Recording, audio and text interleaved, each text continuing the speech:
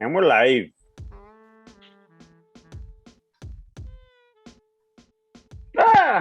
It's been a Scottie summer, ladies and gentlemen. Focused in, shooting that red out of the eyes. Oh, good afternoon, good morning, good evening, ladies and gentlemen. Wherever you are, whatever time it is for you right now, just know that you are locked in onto the point with Skip. and the King. You guys go down there, click subscribe, click like, share it to your friends. Let us know what you got. Right now, we have one of our favorite reoccurring guests, Robert Misovic. If you guys want to get hold of him, in his words, Google me. Love that. Love that line, bro. So, Robert, let's get right into this. 3 weeks prior to the NBA draft, you brought up Scottie Barnes being drafted by your Toronto Raptors. And you nailed it. You nailed it. We got to give you credit on that one. Shout out to Tyler. Now, based on what has transpired since then, after this summer league, I have to ask you a question. With Scottie Barnes being on that summer league, basically carrying that team, how do you feel? Do you think that he has proven himself during the summer league? I mean, it's summer league, right? I think it's fair to say it's summer league, right? But there were things that I was looking for from Scottie Barnes that that did come through. So number one, it was, he's a rookie, right? And he was playing with guys who are a little bit older. Would he still be that leader? Would he still be the communicative force on the defensive end? Would he still be picking guys up? And in Scottie Barnes' words, he's just going to be himself, and that's who he is, and that's who he is. One thing that I was really impressed by was a lot of times in Florida State, and even in high school, he was often considered an unwilling shooter, very passive, overly passive.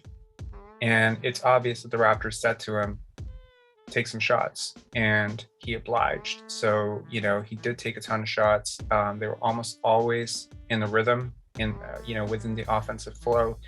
He didn't really force anything. I really love that. You saw flashes of brilliance. I think he showed a lot, and there's a lot of things he has to work on. The shooting, needs to improve a lot, and he looked a little step slow sometimes as well on the perimeter. But he's as advertised, and one thing that Masai Ujiri said in his press conference, that when they were interviewing Scottie Barnes, he mentioned the word winning like 35 to 40 times in that one interview. And I know that it's summer league, but the Raptors won a lot in summer league. And, they're winning habits, playing two-way, not getting down. There's certain habits, personal habits that lend themselves to winning a lot. And I like what I saw from Scottie Barnes a lot more than what I saw from some of the other rookies. Yeah, did he? Speaking of that, did he stand out to you outside of Cade Cunningham, Jalen Suggs, Green? Did he stand out to you? Yeah, I don't know if it's overly obvious. I'm not a huge Suggs guy. I've not really been a huge Suggs guy. Skip's laughing because he knows that's true. I don't see the huge upside there. I think all the rookies most of the rookies had really good showings. Alperen Şengün really stuck out. Josh Giddey on that one play before he got injured was great. A lot of players. Usman Garuba for the Houston Rockets had that one really great, impressive game. I think we had 5 steals, 6 assists. I think a lot of players looked really good. Jalen Green looked amazing. Evan Mobley, looked good. I think Cade Cunningham to me was the biggest disappointment. He didn't necessarily have a bad summer league per se, but I think that a few of the things that really stuck out to me, number one, were his playmaking didn't look great to me. The types of shots he was creating for his teammates, that's sort of like where I saw the difference between a really great playmaker or a really great passer. Like Scottie Barnes has been considered, people often put the asterisk and they say he's a good passer, he's not a great passer. Well, he looked like a great passer to me. He made some extremely good reads. I think there was a game where he passed the ball to like Freddie Gillespie like 5 times, and like Gillespie just either dropped the ball or botched the layup. And you look at the end of that game and you're like, man, if that's OG Anunoby or Pascal Siakam, he has 8 assists that night. It's just, they were such crisp passes, always to the pocket. Cade didn't look like that to me. And a lot of the upside of Cade was that he's really big for a point guard.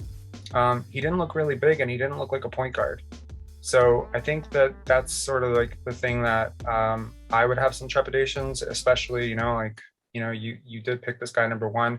And I think when we look back on this draft, maybe, 10 years from now, we'll probably look at this as a draft that had like 5 really, really, really solid players, but no generational, superstar type, like no generational talent. Yeah, and I think, if you're betting, I think Scottie Barnes is going to be one of them. That's as much as I would say based on what I've seen in Summer League. I think he's going to be really good. Yeah. So Skip, I got to ask you, it's based on Scottie Barnes. Thank you, Robert, again, and thank you for being back on the show. Skip, I got to ask you, did Scottie Barnes really show that he proved himself and he could be on this Raptors roster going forward? I think so. I mean, I saw some good stuff from him for sure. I thought he had a bit of an up and down Summer League. There were definitely some points when he really showed up. He was really doing a lot of great stuff. The second half of that Charlotte game comes to mind. We both watched that. He was amazing. He flipped the whole game basically on his own. But there also just felt like there were stretches where he kind of disappeared. And I think where this comes from is he's best as an on-ball player, right? That's why we're sort of saying, even though he's basically a wing, he kind of plays like a point guard. He really does need to be on ball to be doing things.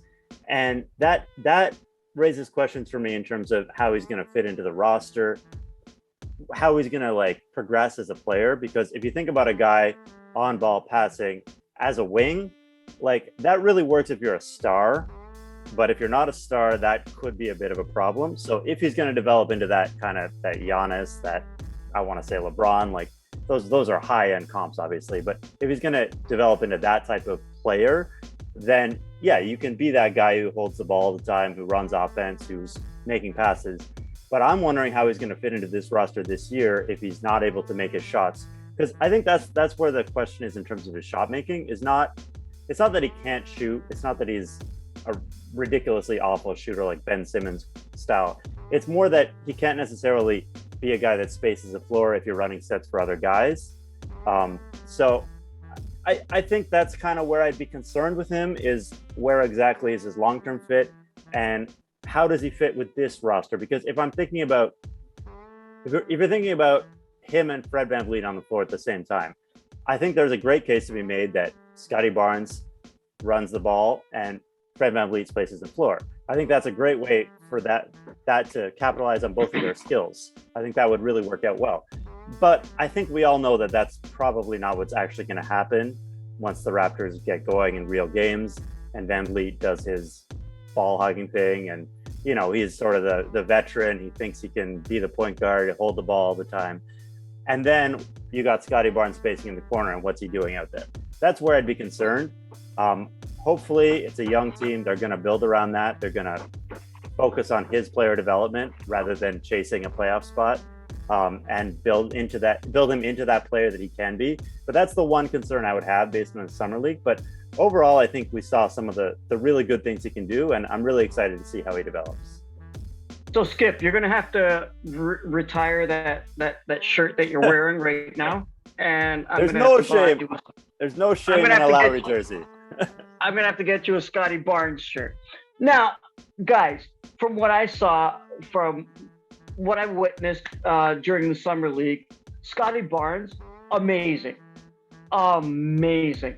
Doesn't matter, Toronto Raptors, whatever team you think, I think that kid has a lot of potential, and I think he has a huge ceiling. I really enjoyed that.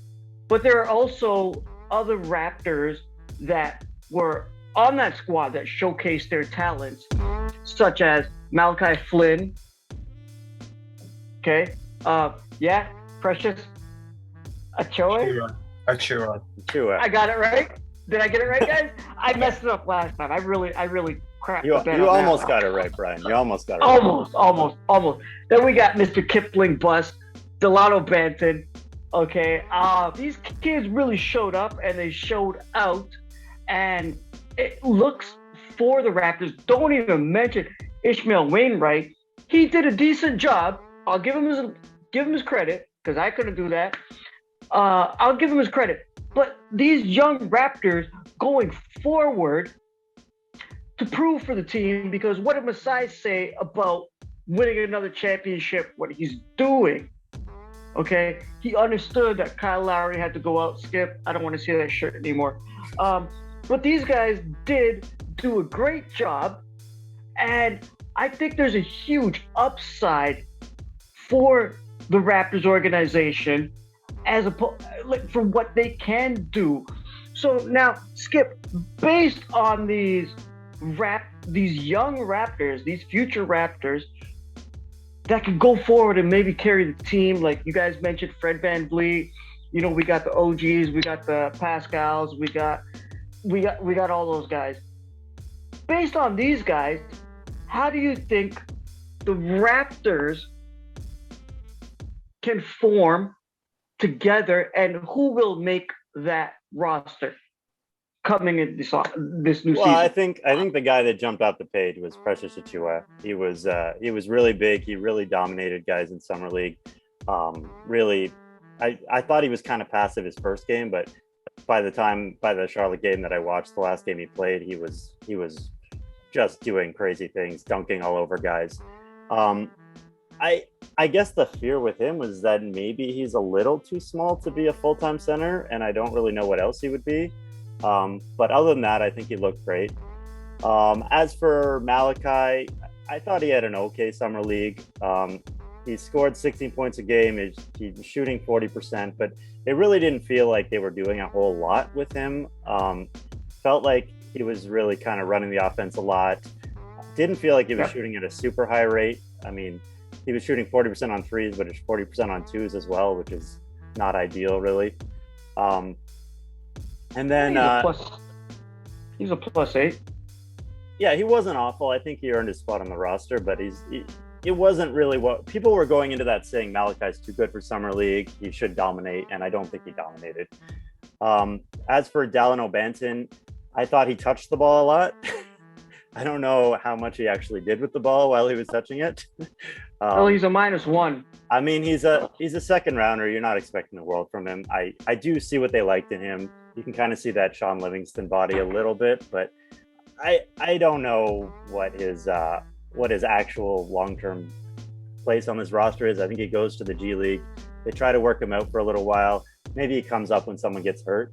I don't think he hurt his stock at all, but he's definitely a little further down the depth chart for me. And was that everybody? Did I miss somebody? No. You got Flynn, Precious, Banton, Barnes. Oh, Ishmael Wainwright. Yeah, I didn't see a ton from Ishmael Wainwright. I think the Raptors are pretty high on him, but I think he's more of a hustle player, the next Utah type. He's got a very strange body, but other than that, that's really all I noticed from him. I like Champagne a lot, actually. Oh, yeah, but he didn't seem to be doing a whole lot. I was looking out for him, and he wasn't jumping out to me anyway. He should change his name to Champagne Poppy. That's what it should be. It should be him. So, I mean, I thought Malachi Flynn had a subpar summer league as well. I think just as a facilitator, the Raptors seemed to do better when Scottie Barnes and even Dalano Banton were running the point. So I think that it's a limited court vision thing, and I think that maybe he'll be more of an off-ball player. I think alluding to the point that you made earlier about, well, going forward, are the Raptors actually going to use Scottie Barnes on the ball as, Fred, Malachi, these guys are more off the ball? And I think maybe this is like a hot take, but I think Scottie Barnes is the best passer on this team right now. Wow. Just in terms of court vision, just knowing where the ball needs to go, basketball IQ. And that's a lot to say about a 20-year-old, but he is really the only lottery, top 5 type talent you have on this team. And for good reason. That's his ace skill. And, I was going back and thinking about like Kawhi Leonard's very odd journey to becoming a superstar, because it was very highly improbable. And anyone who goes back and says that they were projecting that out of him as a college player is lying. I don't think that the Spurs were projecting that. But one thing that, helps guys like Kawhi and guys like OG, and inevitably it'll help a guy like Scottie Barnes, is you need to have a couple of skills that can keep you on the court while you develop all the other stuff in your game, right? You can't be a net negative for your team, which means that, I think that for a lot of high lottery picks, they're kind of thrust out because, teams drafted them, fans want to see them, hype, hope, whatever you want to call it. But these players don't really have any like tangible NBA skills, right? That can keep them on the floor. They're below average defenders, below average shooters, below average athletes because they haven't hit the strength and training program. So they're kind of being thrown out to the wolves. I think Scottie Barnes has like NBA strength right now for a wing. I think he has NBA court vision for a wing. I think he has NBA defense for a wing. And I think that those three skill sets alone mean that he's at least a 25 minute a game role player off the bench for you. All the other stuff will come, right? But right now, what you're not doing if you're the Raptors is you're not being forced to throw a 20-year-old out there who's hurting you on the offensive end. You can build his role up slowly like the Spurs did with Kawhi and like the Raptors did with OG, where every single year you're giving him a little bit more responsibility as his skills develop. But what you're not doing is having a guy who's literally like a fish out of water, you know what I mean? And hurting your team. And I think that gels really well for continuity and chemistry as well, because the other guys on the team are thinking like, who the hell is this 20-year-old getting minutes when he can't play? And I think Scottie Barnes, I alluded to this in the last video that we did too, I think he deserves 25 minutes. Like as a player, I think he deserves those 25 minutes that he's going to get. So yeah, and I mean, I think Champagnie... Well, he did average 27.3 during the Summer League in 4 games. Well, yeah, that's Summer League. And I also like, Skip, you said he seemed passive at times. And I know there were a few games where he was that. I think... Stage fright, maybe? Sorry? Stage fright, maybe? No, not at all. Not at all. I don't think I've ever seen Scottie Barnes be afraid of anything in my life, including a fight, including a fist fight, brawls, any of that. He's never been afraid. I think what it comes down to is situational awareness. He knows this is Summer League. He knows he just signed a contract. He knows that all his teammates are, they're looking for a contract. And I'll tell you, it's the small things that show me who a player is. It's the small things. And, I've had a chance to like sort of like communicate with some of his family members, just get an idea of like how this kid grew up. And he's so well raised. I've never seen a player do this in Summer League. I don't think I've ever seen a player do this in the NBA game. I've never seen a player who every single time the game ends, they go and give dabs to all the referees. I've never seen that. I've never seen that in my life.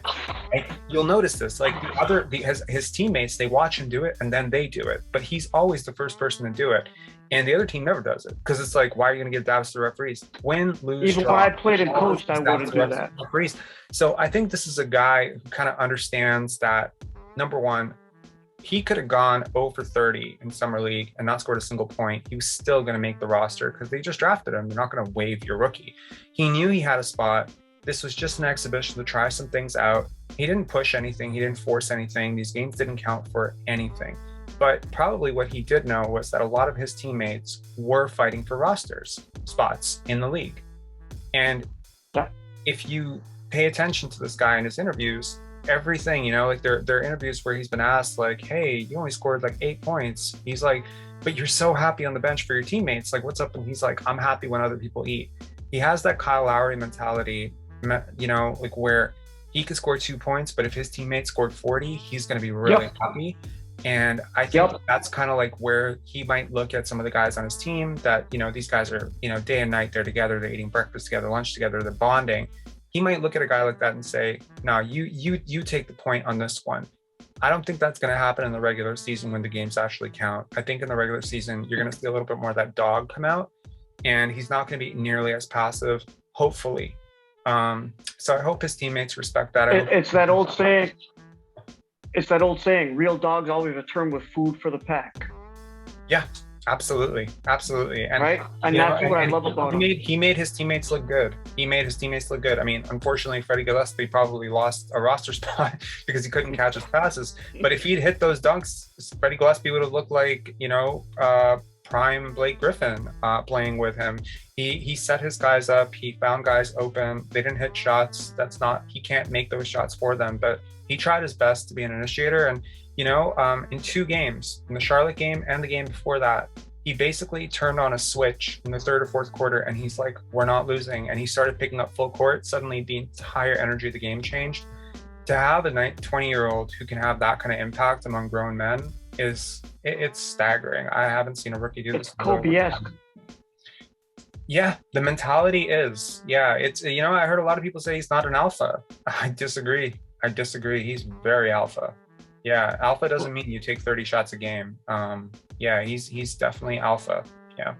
So I gotta ask, before we sign off, guys, I gotta ask you one more question. Where you project the Raptors with all of this young talent, all of these positionless players? Where do you see them going this year? Because Robert, yeah, you did make fun of me when I said they'll make the playoffs a couple episodes ago. But where do you guys stand on this one? Skip. Actually, Rob, let's go with you first. I'll prefer to go. Let's see what Skip has to say. Okay, go ahead, Skip. I'm gonna stick with what I said that last episode. I'm gonna say they're a borderline playing team. They're about 500. They've got a lot of upside. They've got a lot of downside. I think you look at the roster and it looks you're kind of seeing how it's taking shape. You can see who the top 5 guys are. You can see based on Summer League who the bottom 5 guys are, or the backup 5 guys are, I should say. I think this team's going to struggle to make shots. I think they're going to play good defense. I think they're going to run really well. I think they're going to do a lot of things that excites us, but I think we're going to be a bit cringy while they're making shots, and I mean missing shots, I should say. And I think 500, give or take, maybe a 10 seed, 9 seed, 8 seed, something in there. Make sure you got some medication, Skip, so you don't have a heart attack during this regular season. Robert, and yeah, by the way, retire that jersey. Robert, what's your projection for the Toronto Raptors this coming season, man? In the 2021-2022 NBA season, I project the Raptors will win an NBA championship. No, I'm just kidding. I won't go that far. But I think that they're going to be scary good. I think they're going to be a lot better than people think they are. I have changed my mind over the last week and a half. The more I've thought about this, I get the narratives, right? Narratives, we've talked about this on this show before. Narratives run sports. And when people start saying, oh, well, no offense, everyone's like, yeah, they're right. They have no offense. But I disagree with that take a lot because I think all 5 guys in the starting lineup can shoot above league average for their position. Pascal, Kem Birch, Gary Trent, OG Anunoby, and Fred VanVleet are all passable to above average shooters for their position. I think the defense is going to be elite. I think there are lineups that the Raptors can throw out. Again, situationally, mad scientist Nurse with his, switch everything defense. Like most NBA offenses right now are predicated on pick and roll, right? Hunting mismatches. How do you hunt a mismatch on this team?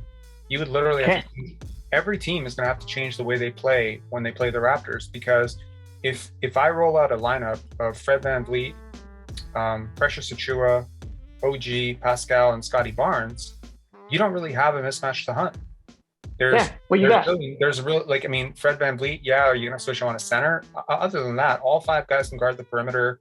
4 of those guys can probably guard a center or a power forward.